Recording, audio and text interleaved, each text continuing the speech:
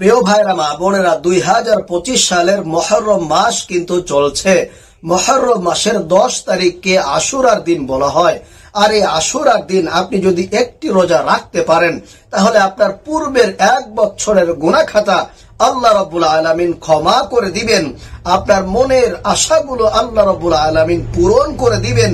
আপনি আল্লাহর কাছে যা চাইবেন, টাকা পয়সা ধন দৌলত সবকিছু আল্লাহ রাব্বুল আলামিন আপনাকে দিবেন, যদি আশুরার দিন আপনি এই আমলগুলো রোজা রেখে করতে পারেন। প্রিয় ভাইরা মা বোনেরা, তো এই আশুরার রোজা কত তারিখে এবং কি বারে, এবং এই আশুরার রোজার নিয়তটা আপনি কিভাবে বাংলাতে সহজভাবে করবেন, এবং কিভাবে আপনি নফল নামাজ আদায় করবেন, এবং এই দিনে আপনি কোন কোন জিকিরগুলো করবেন, সম্পূর্ণ নিয়ম কানুনটাই আমি আজকে এই ছোট্ট ভিডিওতে আপনাদেরকে সংক্ষেপে বলে দেওয়ার চেষ্টা করব ইনশাআল্লাহ। তাই আপনাদেরকে অনুরোধ করব, অবশ্যই আপনারা ভিডিওটি না টেনে মনোযোগ সহকারে শেষ পর্যন্ত দেখবেন। প্রিয় ভাইরা মা বোনেরা, আল্লাহর নবী সাল্লাল্লাহু আলাইহি ওয়াসাল্লাম জীবনে কোনোদিন তিনি 3টি রোজা কখনোই ছাড়েন নাই। তার মধ্যে 1 নাম্বার, আল্লাহর নবী জীবনে কোনোদিন তিনি জিলহজের প্রথম 9 দিনের রোজা কখনোই ছাড়েন নাই। 2 নম্বরে তিনি এই মুহররম মাসের 10 তারিখের রোজা কখনোই ছাড়েন নাই। আর 3 নাম্বার হচ্ছে, আল্লাহর নবী সাল্লাল্লাহু আলাইহি ওয়াসাল্লাম প্রতি মাসের 3 দিন আইয়ামে বীজের রোজা রাখতেন। আল্লাহু আকবার, আল্লাহু আকবার। আল্লাহর নবী তিনি এই মুহররম মাসের রোজাটা সব সময় রেখেছেন এবং আমাদেরকেও রাখার জন্য নির্দেশ দিয়েছেন। প্রিয় ভাইরা মা বোনেরা, এই জুলাই মাসের 6 তারিখ কিন্তু মুহররম মাসের 10 তারিখ পড়তেছে। তাই আপনারা এই মুহররম মাসে 2টি রোজা রাখার চেষ্টা করবেন। এখন বলতে পারেন, হুজুর কেন আমাদেরকে 2টি রোজা রাখতে হবে? তার কারণ হলো, আল্লাহ রাসূল সাল্লাল্লাহু আলাইহি ওয়াসাল্লাম যখন তিনি মক্কা থেকে হিজরত করে মদিনায় গিয়েছেন, মদিনায় যাওয়ার পরে দেখলেন যে ইহুদিরা এই দিনে রোজা রেখেছেন। তিনি জিজ্ঞেস করলেন, ও ইহুদিরা, তোমরা এই দিনে কেন রোজা রাখছো? তখন ইহুদিরা বলল, আমাদের নবী মুসা আলাইহিস সালামকে আল্লাহ রাব্বুল আলামিন এই দিনে ফিরাউনের কবল থেকে বাঁচিয়ে দিয়েছিলেন, এবং আমাদের বনি ইসরাইলদেরকেও আল্লাহ রাব্বুল আলামিন বাঁচিয়ে দিয়েছিলেন। এই কারণে আমরা আল্লাহর শুকরিয়া আদায় করার জন্য এই দিনে রোজা পালন করি। তখন আমাদের নবী সাল্লাল্লাহু আলাইহি ওয়াসাল্লাম বললেন, আমরা তো মুসা আলাইহিস সালামের বেশি হকদার, সুতরাং আমরাও রোজা রাখবো। তখন তিনি সাহাবায়ে কেরামদেরকে নির্দেশ দিলেন, ও আমার সাহাবীরা, তোমরা আজকে থেকে রোজা রাখবে, এবং তোমরা একটা নয়, তোমরা 2টি রোজা রাখবে। মা বোনেরা, বিশেষ করে আমার সম্মানিতা মহিলা মা বোনেরা, আপনারা 2টি রোজা রাখার চেষ্টা করবেন।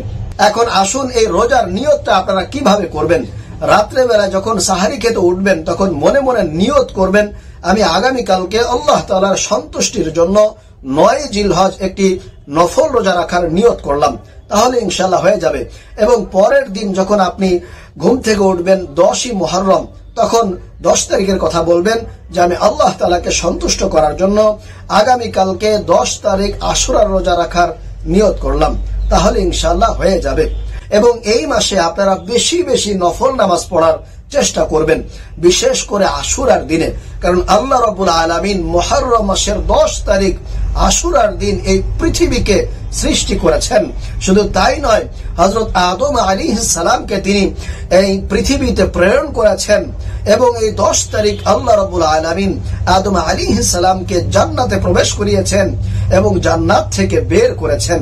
তারপর নূহ আলাইহিস সালামকে যখন প্লাবন হয়েছিল, তখন কিস্তির মাধ্যমে জ্যোতি নামক পাহাড়ে উঠিয়েছিলেন, এবং হযরত ইব্রাহিম খলিল আলাইহিস সালামকে তিনি আগুনের কুণ্ডলী থেকে উদ্ধার করেছিলেন, এবং হযরত মূসা আলাইহিস সালামকে ফিরাউনের কবল থেকে রক্ষা করেছিলেন, এবং ইউনুস আলাইহিস সালামকে তিনি মাছের পেট থেকে বের করেছিলেন, এবং নবীজির কলিজার টুকরো হযরত হুসাইন রাদিয়াল্লাহু তাআলা আনহু এই দিনে কারবালার প্রান্তরে শাহাদাত বরণ করেছিলেন। প্রিয় ভাইরা মা বোনেরা, এমন অনেক ঘটনা কিন্তু এই দিনে ঘটেছে। এজন্য আপনারা এই দিনে বেশি বেশি নফল নামাজ পড়ার চেষ্টা করবেন। বিশেষ করে মুহররম মাস জুড়েই আপনারা একটু বেশি বেশি নফল নামাজ পড়ার, নফল ইবাদত করার, বেশি বেশি জিকির আজগার করার চেষ্টা করবেন। এখন আসুন আমরা জানবো কোন কোন জিকিরগুলো এই দিনে বেশি বেশি করার চেষ্টা করব। তার মধ্যে 5টি জিকির আপনারা বেশি বেশি করার চেষ্টা করবেন। 1 নম্বর জিকির হলো লা ইলাহা ইল্লাল্লাহ। লা ইলাহা ইল্লাল্লাহ একেবারে সর্বশ্রেষ্ঠ জিকির, যে জিকির করলে আল্লাহ রাব্বুল আলামিনের আরশে আজিমের নূরের খুঁটি দুলতে থাকে, হেলতে থাকে। এজন্য অবশ্যই আপনারা 1 নম্বরে লা ইলাহা ইল্লাল্লাহ এই জিকিরটি বেশি বেশি করার চেষ্টা করবেন, কমপক্ষে 100 বার পাঠ করবেন। তারপরে 2 নম্বরে আপনারা বেশি বেশি ইস্তেগফার পাঠ করার চেষ্টা করবেন। ইস্তেগফার পাঠ করলে আল্লাহ রাব্বুল আলামিন আপনাকে 5টি পুরস্কারে পুরস্কৃত করবেন। সুবহানাল্লাহ। তার মধ্যে আল্লাহ তাআলা আপনার সকল দুশ্চিন্তা, পেরেশানি, আপনার জীবনের গুনাহগুলো আল্লাহ রাব্বুল আলামিন দূর করে দিবেন। আপনার অভাব অনটন দারিদ্রতা আল্লাহ রাব্বুল আলামিন আপনার জীবন থেকে দূর করে দিবেন। আল্লাহ তাআলা আপনাকে গায়বী রিজিক দান করবেন। প্রিয় ভাইরা মা বোনেরা, এরপরে 3 নম্বরে আপনারা যে আমলটি করবেন সেটা হলো বেশি বেশি আল্লাহর নবীর উপরে দুরূদ শরীফ পাঠ করবেন। আপনারা নামাজের দুরূদ ইব্রাহিম পাঠ করতে পারেন, অথবা সব থেকে ছোট্ট দুরূদ সাল্লাল্লাহু আলাইহি ওয়াসাল্লাম এটাও পাঠ করতে পারেন। একবার দুরূদ পাঠ করলে আল্লাহ তাআলা আপনার উপরে 10টি রহমত নাজিল করেন, 10টি গুনাহ মাফ করেন এবং 10টি নেকি আপনার আমলনামায় কিন্তু লিপিবদ্ধ করে দেয়। সুবহানাল্লাহ। এজন্য অবশ্যই এই দিনে, বিশেষ করে মুহররম মাস জুড়েই আপনারা বেশি বেশি দুরূদ শরীফ পাঠ করার চেষ্টা করবেন। এরপরে 4 নম্বরে এই দোয়াটি বেশি বেশি কমপক্ষে 100 বার হলেও আপনারা পাঠ করার চেষ্টা করবেন। সেই দোয়াটি হলো সুবহানাল্লাহি ওয়া বিহামদিহি সুবহানাল্লাহিল আযীম, সুবহানাল্লাহি ওয়া বিহামদিহি সুবহানাল্লাহিল আযীম। এই দোয়াটা আল্লাহ রাব্বুল আলামিনের কাছে সবচেয়ে প্রিয়, সবচেয়ে বেশি পছন্দনীয়। এজন্য এই দোয়াটি আপনারা কমপক্ষে 100 বার হলেও পাঠ করার চেষ্টা করবেন।